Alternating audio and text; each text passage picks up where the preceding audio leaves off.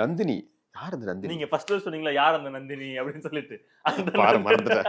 அதான் ஃபர்ஸ்ட் கதை சொன்னவங்க. ஆமா ஓகே. நந்தினி வந்து அவங்களோட பின்புலம் எல்லாம் ஃபுல்லாவா தெரியவே தெரியல. என்னன்னா கோயம்புத்தூர் நினைக்கிறேன். கோயம்புத்தூர்ல இருந்து வராங்க. அது மட்டும் தான் தெரியுது. பட் என்னன்னா அவங்களோட ஸ்டோரி கொஞ்சம் நல்லா இருந்தது. ரொம்ப இந்த ஸ்டோரிக்காகவே காத்துட்டு இருந்த மாதிரி தான் இருந்தது. ஏன்னா அவங்க உட்கார்ந்த உடனே பிக் பாஸ் பேச ஆரம்பிச்சோன்னு அழ ஆரம்பிச்சிட்டாங்க.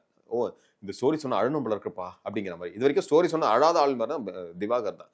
40-50 நிமிஷம் காதல ரத்தம் தான் வந்து நான் ஃபுல்லா உட்காந்து பார்த்தோம். இப்போ என்னன்னா அவர் பேசுறது யாருக்கும் பிடிக்காது.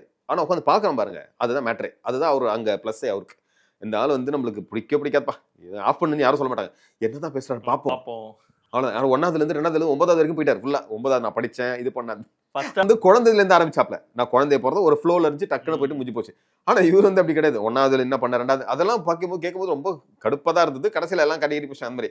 இந்த நந்தினி பொறுத்த வரைக்கும் எனக்கு தெரிஞ்சு அவங்க ஓப்பனா பாவாங்களான்றது கூட டவுட் தான். எனக்கு இந்த நாடியா சாங்லா இருந்தாங்க. 2ஆவது வாரத்திலேயே கிளம்பிட்டாங்க. 2 வாரம் அந்த ஒரு சீசன். ஆமா அந்த மாதிரி இவங்க கிளம்பிடுவாங்கன்னு தான் என்னோட தாட். இவங்க இருக்க மாட்டாங்க.